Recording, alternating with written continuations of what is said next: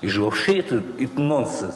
Как мы, почти 28 миллионов человек нерусских, что Россия для нас не родина, что ли? Что мы не воевали во время Великой Отечественной войны, что ли? Что наши братья, там, внуки и тогдашние ребята воюют сейчас в специальной военной операции, что для России не родина, что ли? И при этом никто оценку не дал этому. Меня лично коробит. А как же? Татары заняли 4-е место во время Великой Отечественной войны, как герои Советского Союза, что вы знали. Были русские, украинцы, белорусы, потом татары.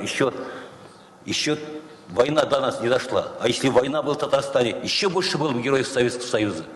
Поэтому это очень серьезный вопрос. А Аминов правильно прочитал здесь слова Тукая. Это очень серьезный вопрос. Мы иногда сидим, вы поймите, нас еще 70 лет, вот, чтобы вы немножко понимали. Я жил в селе Исказяб рядом с Дмитровградом, значит, Ульяновской области.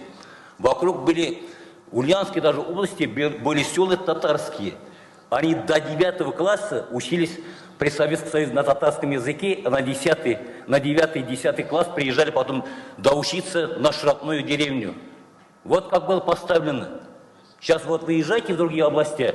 Я даже в Якутии был года 3. Мы с Стандаргаличем были, тогда было это.